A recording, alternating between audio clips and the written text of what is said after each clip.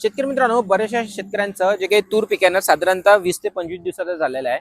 काही शेतकऱ्यांचा तूर पिकामध्ये त्यांना म्हणावं त्या पद्धतीने हाईट दिसत नाहीये, म्हणावे त्या पद्धतीने त्यांचा तूर पिकामध्ये फुटवा नाहीये, म्हणावं त्या पद्धतीने त्यांचा तूर पिकाने ग्रोथ घेतलेली नाही आणि बऱ्याचशा तूर उत्पादक शेतकऱ्यांची तूर सुद्धा मरत आहे.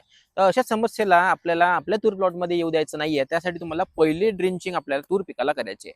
तर ते ड्रिंचिंग कोणती करायची ना, त्यामध्ये कोणते टेक्निकल्स, कोणते आपण प्रोडक्ट घेतले गेले पाहिजे ना, त्याबद्दलचीच माहिती आपण या व्हिडिओमध्ये पाहणार आहोत.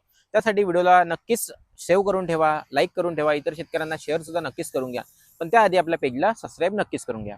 तर शेतकरी मित्रांनो, तूर पिकामध्ये जर तुम्हाला या सगळ्या समस्या दिसत असतील ना, तर तुम्हाला जास्त काहीच नाही, फक्त 3 कॉम्बिनेशन इकडे घ्यायचे आहे. 3 कॉम्बिनेशन मध्येच तुम्हाला मी तूर पिकाची पहिली ड्रिंचिंग संपवतो. ज्यामध्ये सगळ्यात पहिला शेतकरी मित्रांनो ते म्हणजे आपल्याला इकडे ह्युमिक ऍसिडचा वापर करायचा आहे. कारण ह्युमिक ऍसिड काय करत असतं ना, जे काही आपल्या तूर पिकामध्ये जे काही रूट डेव्हलपमेंट आहे, जे काही आपल्या पांढऱ्या मुळाच्या तूर पिकाचा जो विकास आहे शेतकरी मित्रांनो, तो चांगल्या पद्धतीने करण्यास ह्युमिक ऍसिड खूप जास्त मदत करत असते. जे काही जमीन भुसभुशीत करत असते, ज्याच्यामुळे पांढऱ्या मुळाचा विकास चांगल्या पद्धतीने होतो, तुरीचा झाड हाईट घेत असते. म्हणून आपल्याला यामध्ये ह्युमिक ऍसिडचा वापर करायचा आहे. याचा वापर करत असताना आपल्याला 500 ग्राम प्रति एकर या पद्धतीने करायचा आहे. यामध्ये दुसरं मॉलिक्युल सांगतो शेतकरी मित्रांनो, ज्यामध्ये आपल्याला विद्राव्य खत घ्यायचं आहे. विद्राव्य खत बऱ्याचशा कंपन्यांकडे उपलब्ध आहे, पण मी तुम्हाला आयसीएलचे ग्रेड सांगतो, ज्यामध्ये आपल्याला 11-36-24 नावाची ग्रेड पाहायला मिळते.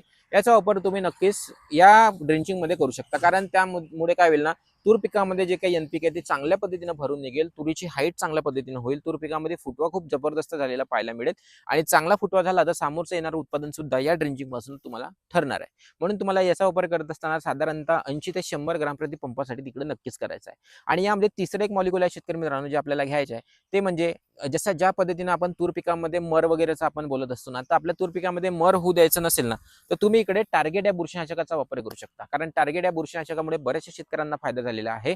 जर तुमच्या तूर पिकामध्ये जर तुम्हाला मड, सड, जडची प्रॉब्लेम असेल, तर तुम्ही टार्गेट या बुरशीनाशकाचा वापर साधारणतः 400 ते 500 ग्राम प्रति एकर या पद्धतीने नक्कीच तिकडे करू शकता. एकंदरीत हे 3 प्रोडक्ट मिक्स करून जर तुम्ही तूर पिकाला ड्रिंचिंग केली ना, तुम्हाला सुंदर रिझल्ट पाहायला मिळणार आहे.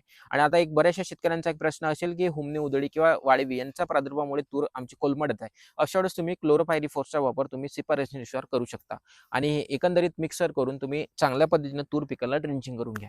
तुम्हाला खूप सुंदर रिझल्ट पाहायला मिळेल. तूर पिकामध्ये चांगला फुटवा होईल, ग्रोथ चांगल्या पद्धतीने होईल आणि ग्रीनरी सुद्धा मेंटेन राहील. शेतकरी मित्रांनो, हा व्हिडिओ खूप महत्त्वाचा आहे, कारण आता तूर उत्पादक शेतकरी नक्कीच तयारीला लागले आहेत. तर त्यांच्यासाठी हे ड्रिंचिंग त्यांच्यापर्यंत पाठवून द्या आणि असेच आमच्याशी जोडून राहा. धन्यवाद.